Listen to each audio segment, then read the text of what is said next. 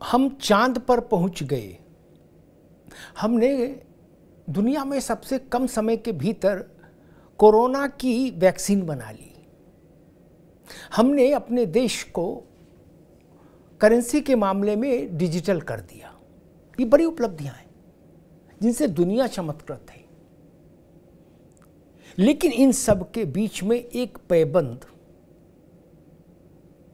अभी भी कायम है, और वो पैबंद है, हम अपने देश में भर्ती परीक्षाएं पारदर्शिता, शुचिता और ईमानदारी के साथ नहीं करा पा रहे। हम प्रश्न पत्रों की शुचिता कायम नहीं रख पा रहे, उनकी हिफाजत नहीं कर पा रहे, और हम लाखों लाख अभ्यर्थियों की व्याकुलता और उनके टूटते सपनों को संभाल नहीं पा रहे हैं, उन्हें सहारा नहीं दे पा रहे। बीते 7 साल में देश के अलग अलग राज्यों में 70 से ज्यादा बड़ी परीक्षाओं के पेपर लीक हुए हैं। 70 से ज्यादा। बीते 5 वर्षों में आंकड़ा बताता है कि बीते 5 वर्षों में छात्रों ने सर्वाधिक आत्महत्या की है। छात्रों की आत्महत्या करने की रफ्तार एकदम बढ़ गई। इसका रिश्ता पेपर लीक से जुड़ता है, इसका रिश्ता सॉल्वर गैंग से जुड़ता है, इसका रिश्ता परीक्षा में कदाचार से जुड़ता है। अभी नीट का मसला चल रहा है। 24 लाख अभ्यर्थियों के जीवन से जुड़ा प्रश्न है। एनटीए मानने को तैयार नहीं। सुप्रीम कोर्ट को हस्तक्षेप करना पड़ रहा है, कहना पड़ रहा है कि अगर राई रत्ती बराबर भी गलती है तुम सामने आइए, उसको स्वीकार करिए। देश में व्याकुलता है। और उत्तर प्रदेश में आपको याद होगा, अभी फरवरी में पुलिस भर्ती परीक्षा होनी थी, उसका पर्चा आउट हो गया, हंगामा मच गया।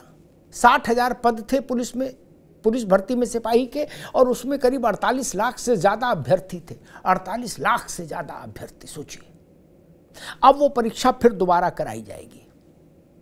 उसकी प्रक्रिया शुरू हो गई शासन में, लेकिन फिर सांसें वहीं अटकी हैं, फिर उम्मीदें वहीं ठिठकी हुई हैं कि क्या इस बार इस बात की गारंटी हो सकती है कि पुलिस भर्ती परीक्षा, जिसमें 48-50 लाख नौजवान बैठ रहा है, उसमें कोई गड़बड़ घोटाला नहीं होगा। क्वेश्चन पेपर भी ठीक दुरुस्त बनेगा, उसकी हिफाजत भी रहेगी, कोई मुन्ना भाई सेंध नहीं लगा पाएगा, कोई सॉल्वर गैंग उसमें इंगेज नहीं होगा, कोई नकल माफिया बीच में नहीं आ पाएगा। क्या इसकी गारंटी हो सकती है? और नीट की परीक्षा अगर रद्द भी हो जाए तो फिर दोबारा हो, तो इसकी गारंटी कौन देगा कि फिर जो 25 लाख लड़के फिर अपने भाग्य आजमाएंगे? फिर वो क्या उस पूरे परीक्षा के तंत्र में ऐसा आमूल-चूल क्या परिवर्तन हो जाएगा जिससे इस बात की गारंटी हो सके? हम क्या अपने देश के नौजवानों को ये गारंटी नहीं दे सकते, एक देश के रूप में, एक राष्ट्र के रूप में, राज्य के रूप में, कि आपकी मेहनत बेकार नहीं जाएगी, आपके सपने यूं नहीं टूटेंगे, आपके सपनों में सेंधमारी नहीं होगी, और परीक्षा जो भी होगी 100% शुचिता के साथ होगी, पारदर्शिता के साथ होगी। आज देश की सबसे बड़ी समस्या मेरी दृष्टि में यही है। मैंने आपको एक आंकड़ा बताया, 7 साल में 70 बड़ी परीक्षाओं के पर्चे लीक हो गए भारत में। और नीट का प्रसंग आप देख ही रहे हैं, और उत्तर प्रदेश में फिर एक बड़ी भर्ती परीक्षा होने जा रही है जिसमें 48 लाख से ज्यादा नौजवान शामिल होंगे। ये संख्या बहुत बड़ी है 48 लाख की। 48 लाख में 5 का गुणा कर दीजिए, लगभग 2.5 करोड़ के आसपास लोग इससे वाबस्ता होंगे, जुड़ेंगे, क्योंकि एक व्यक्ति का परिवार 5 का तो माना ही जाता है भारत में। तो इतना बड़ा इम्तिहान फिर होना है, और इम्तिहान नौजवान नहीं देगा।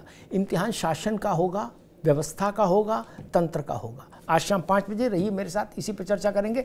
पेपर लीक से निजात कैसे मिले, परीक्षाएं नीट एंड क्लीन कैसे हों, और हम अपने नौजवानों को ये गारंटी कैसे दे सकते हैं कि आप निसंकोच भाव से भर्ती परीक्षा में शामिल होइए, कहीं कोई सेंधमारी नहीं हो सकती। आज शाम को 5 बजे रहिए मेरे साथ। धन्यवाद।